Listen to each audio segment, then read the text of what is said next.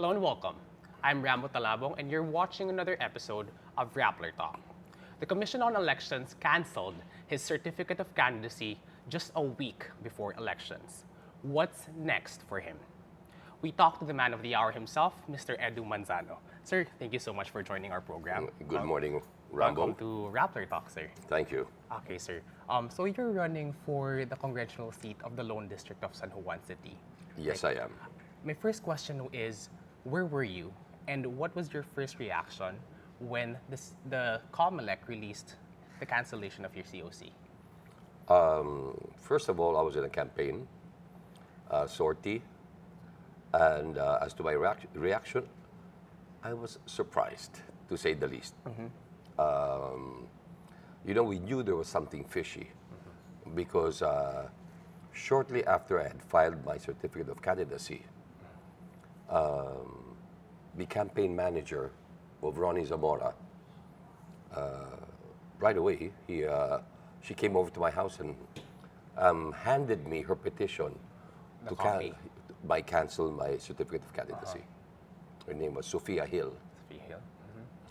And so, since I had been through the very same thing in 1998 when I was running for Vice Mayor of Makati, I do what I've been trained to do and sent it straight to my lawyer. Yeah. And waited for him to make his comments. When you first read this petition, were you thrown back to the same time 21 years ago when you were served almost the same ruling by the COMELEC? Yes, as a matter of fact, I told that Pia Hill, I said, have you read the jurisprudence on Mercado versus Manzano, 1998? She goes, yes. I said, have you read it, all of it? She goes, no, not really. So I said, why don't you have your lawyers go back to it first? Because I won't move, I'm not going anywhere. And just check on the decision of Justice Mendoza when he ruled that Edu Manzano is a Filipino. Okay, sir. Before we get to that, sir, you mentioned Sophia Hill, who's a prominent figure in the campaign of your rival for the congressional seat, Mr. Congressman Ronnie Zamora. Yes. How did this case start? Kailan nila final yung petition against your COC, and how did it bear fruit? Well, after I filed my COC, I thought everything was okay. I mean, we'll have to wait for the actual campaign period. But lo and behold, I was coming up at my house, and that Pia Hill. Doon niyo lang nalaman, sir. And she goes, "Sir, I need you to accept this." It was like a dramatic film, where you're face to face, and just so happened I had a broken left hand, and I'm left-handed. So I said, I can't sign. I said, can I sign with my right? And she said, yes. And I signed it, of course. I couldn't. Yeah. I can't sign if my life depended on it. So you force yourself to sign it. To sign it, just so, to show that I complied. Okay. And what were the main arguments of this new case that you're facing? Well, the first part was that I am an American citizen. That I voluntarily joined the U.S. military in 1972.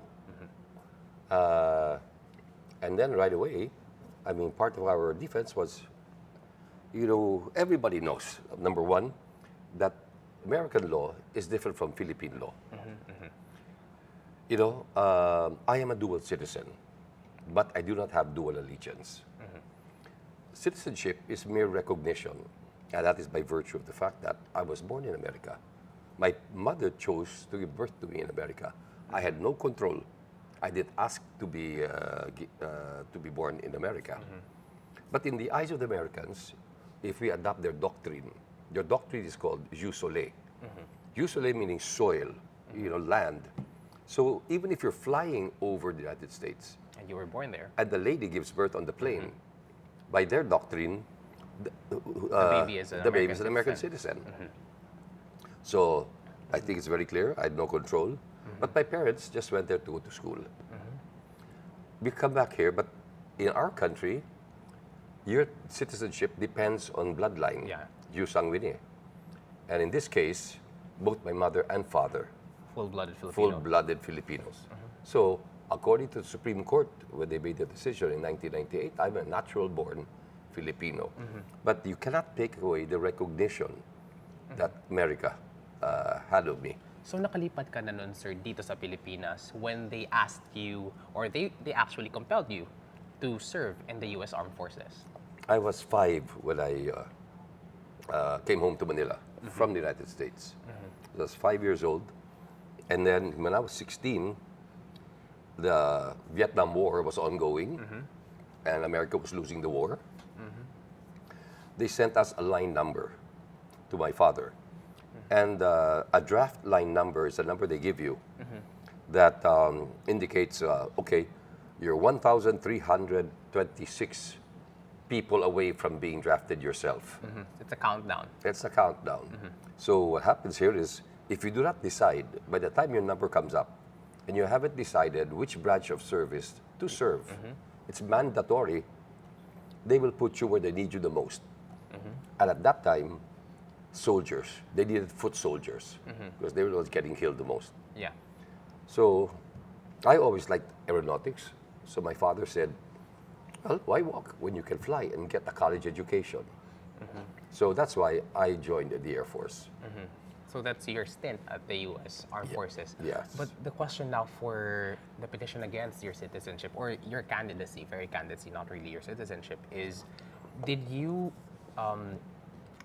explicitly say or denounce your U.S. citizenship and delivered an oath of allegiance, as well as recorded that in the local registry? Did you complete that, sir?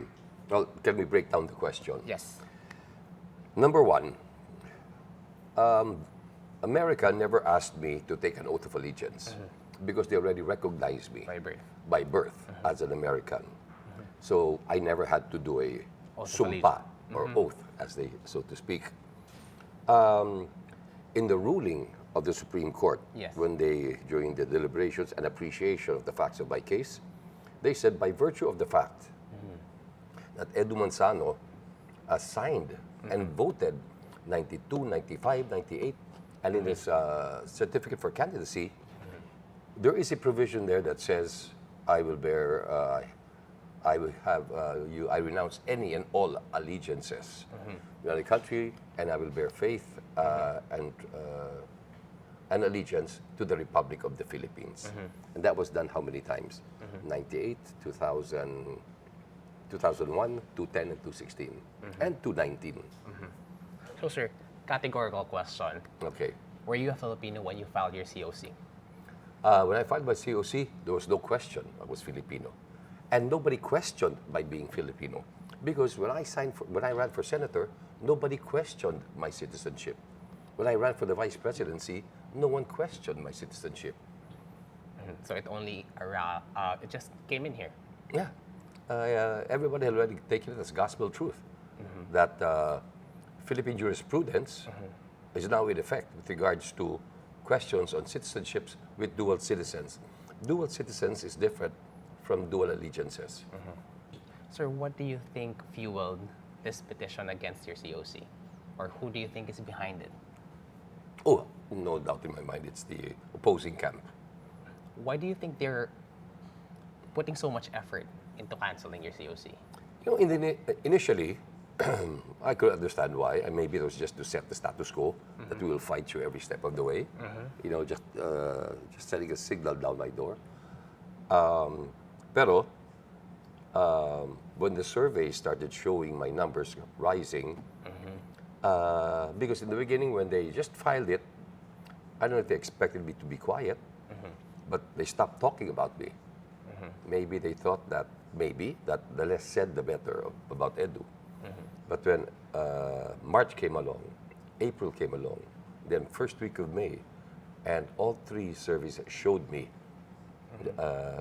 beating my opponent, like there was a mad rush now to the COMELEC to ensure that that comes out before. And my legal counsel is the former chairman of the Commission on Elections, Mr. Sixto Brillantes. And he is also befuddled. He goes, how can this happen? How can you release a decision from the second division, which is not final, and can always be raised to the Comelec and Bank. So you really think it's politically motivated? Oh, me, I feel so confident when I say, yeah, it's just Philippine politics rearing its ugly head. Okay, sir.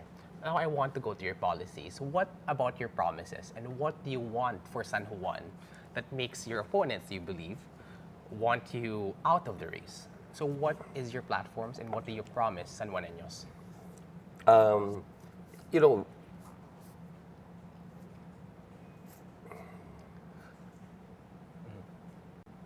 there has been a disconnect for over 9 years. Actually, you can go close to 3 decades between a congressman and the local government. The congressman does not support local government. He likes to have his own projects. I don't believe in that. I've been in local government. I would like to be the congressman who helps bring down our bridge, helps bridge the gap between the local government unit and the congressman. Sir, pangalanan na natin kasi ang pinakamatagal na congressman sa San Juan, your rival right now is Congressman Ronnie Zamora, right? Are Right. you referring to him? Yes. And also the local government, it's the Ejercito Estrada clan, Yes. whom you're allied right now. Yes. So, kamusta ba, sir? What's the dynamics between them that you found so problematic? Basic services. You know, you only have a budget of 2.5 billion. San Juan is not very big. You know, I was the vice mayor of Makati. Today, San Juan, Makati is 17 plus billion pesos a year, as against 2.5 billion in San Juan. There's not very much you can do. So you would really need to have a partner, someone who believes in your programs and is willing to invest in your programs. And that would be funding that would be coming from the national government. Yes. San Juan had to borrow money just to renovate the hospital and bring it up to world-class status. They had to bring in new equipment, MRIs, CT scans, dialysis centers. But they never got a single centavo from the congressman. Yeah. You know, I don't believe in having to put all of these caratulas. This school, this basketball court, built by Ronnie Zamora. I don't believe in that. It's supposed to be this basketball court is built by the people of San Juan. It's more like it. His son called me up one day and said, "Hey, my dad is very, very weak. But can you back out? Give him his last three years." This is former Vice Mayor Francis Zamora, Yeah. who's now running for mayor of San Juan City. Yes. And I just told him, if he's weak, and he says, yeah, my dad had a triple bypass and he had a weak kidney transplant. I said, if he's weak, then why don't you just have him rest? Why they are making him go through the rigors of a campaign? So, Mr. Zamora does not live in San Juan. He lives in Quezon City. He holds office in Taguig. So for a everyday San Juaneño to access him, they have to go all the way to Taguig from San Juan. He doesn't even man his field office in San Juan. So in the case of Janela Estrada, who's my candidate for mayor, we agreed that, hey, I'll give you an office in City Hall, and because congressmen only work for 3 days. It's Monday, House. Tuesday, Wednesday. That's the only day they have sessions. The other 2, Thursday, Friday, Saturday, Sunday, is to accord them the opportunity to the visit locals. their constituencies. Some have to go to the provinces. San Juan, it just so happens, it's just a couple of blocks away from the House of Representatives. So there's no reason why the congressman can't be seen by his people. Okay, so to summarize what you just said, sir, you see a disconnect between the local government and the Congress, the Yes. representative for Congress, kaya hindi napopondohan ng maayos yung mga projects ng local government. Ngayon, sir, I just wanted to go on it one by one, yung projects at saka yung problems that San Juaneños really want to solve. And isa-isahin natin, sir. First, sir, what is your solution to the housing problem of San Juan?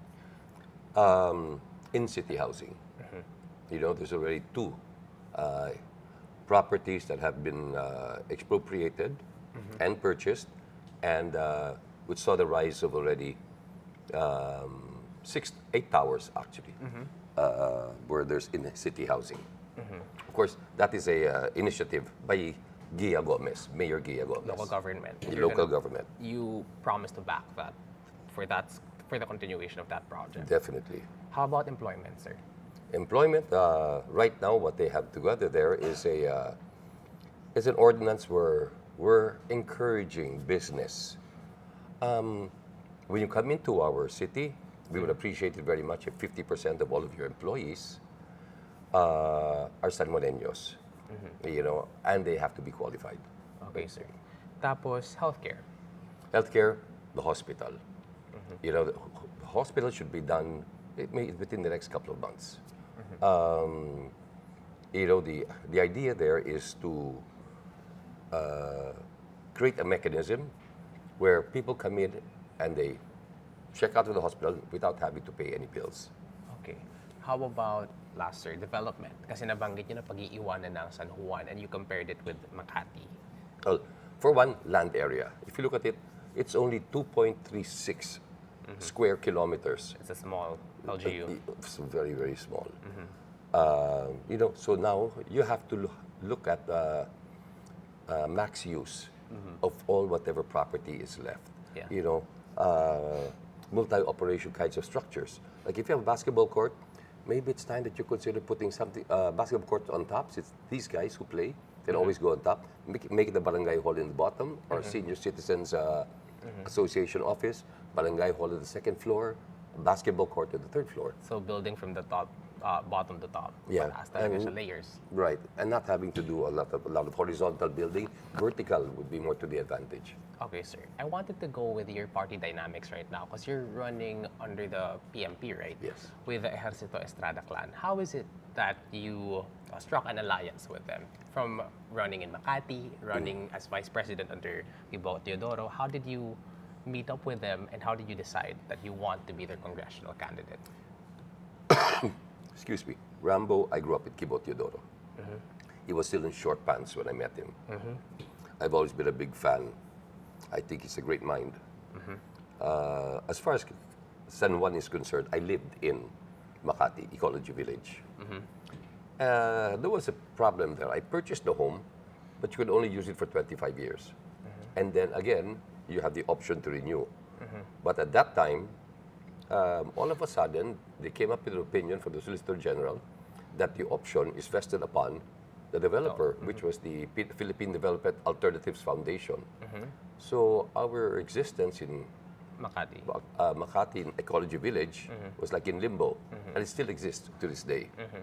So I chose to look for a home closer to my children's schools.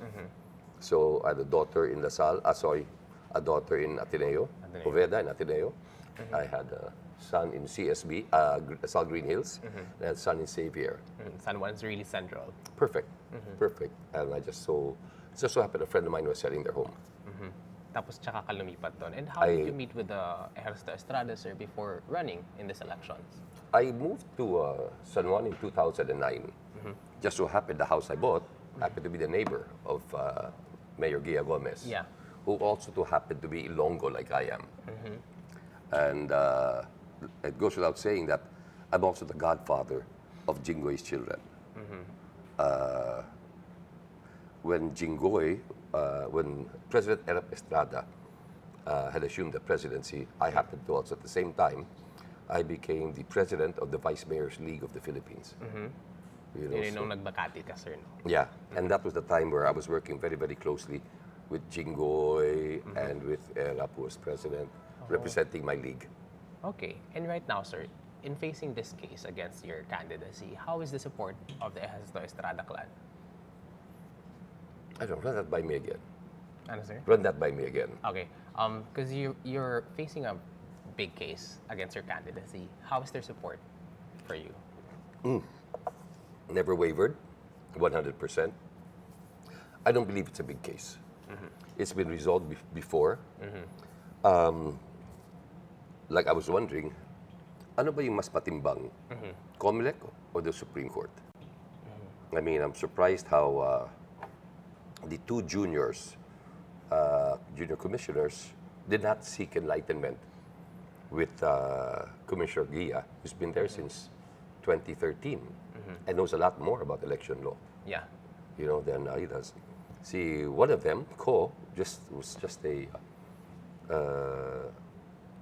undersecretary in the Department of Justice before he came on board. I would ask for someone who is more knowledgeable. But that's why I believe the Commissioner Gia had to make a dissenting opinion because for what he thought was maybe a non-appreciation of the facts by the two.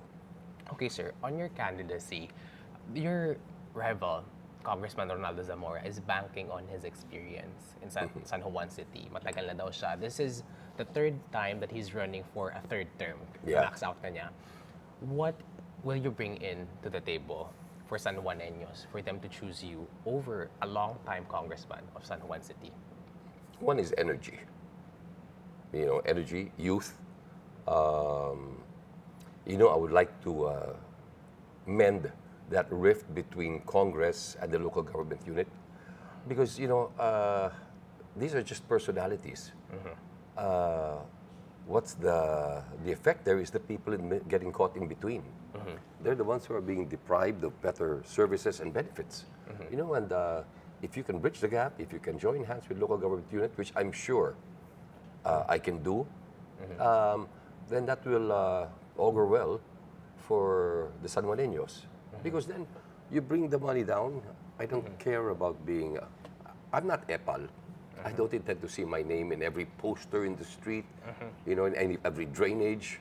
I'm going to ask the local government unit, how can I help? And if I see it's a good, a legitimate undertaking, I won't think twice about funding it. Actually, sir, I attended your campaign launch dun sa Plaza ng Masa, and one of the things you said is, hindi naman kailangan maging henyo para maging congressman. That's true. What do you want that a congressman do if ever you become a congressman? Ano, sir, yung special trait about you, if not being a top-notcher, if not mastery of laws? Yeah. Ano gusto mong gawin? The saying is, anuhin mo ang talino kung wala ka namang malasakit. Everybody knows that you only see him every 3 years. He doesn't come down. He doesn't, you don't see him in special events. He comes down only during elections. He doesn't go house to house. People ask you, Edu, hindi namin nakikita. If you ask voters, what's the last time you saw Mr. Zamora? Hindi pa po. Gano'ng katagal na kayo rito? 20 years. So, sir, if ever your candidacy pushes through and you win the elections, yeah. Rambo, Yeah. believe me, my candidacy is pushing through. Okay, you're very confident about that. Very. If ever, yes. And if you win in the ballot, sir, San Juaneños should expect their congressman to be more visible. Yes. Okay, sir. For my last question, sir, the COMELEC in its decision to cancel your COC delivered the message that you're not a Filipino. You have the floor. What is your message? I cannot see how they would come to that conclusion when, in fact, the highest lawmaking body, which is the Supreme Court, has already said that Edu Manzano is a Filipino. And as a matter of fact, it's already part of Philippine jurisprudence. I do believe this is all political in nature. I'm being bullied. I believe that they're trying to derail my candidacy. Well, the surveys would show it. We wanted to raise the level of politics in San Juan. We didn't resort to name calling. There was nothing like that. We wanted to show people the facts. That's why in our campaigns, we have screens. We'd rather show them documents, accomplishment reports. We'd rather people see, because documents can't be faked. People will eventually find. And if you fake a document, you fall under Revised Penal Code Article 171, which allows you to be charged and eventually jailed for up to 6 years. So we show people and let them see for themselves. And that's what I was doing all throughout the campaign. So I have no doubt in my mind, again, if, for example, I win, Zamora again is going to question it in the Supreme Court because of the case. If the Comlec and Bank stands with the second division, again, my Zamora is going to question again in the Supreme Court. So wherever you see it, this is going all the way up to the Supreme Court. Okay, sir. That has been Mr. Edu Manzano, congressional candidate for San Juan City. This has been Rappler Talk. I'm Ramo Talabong. Thank you for watching.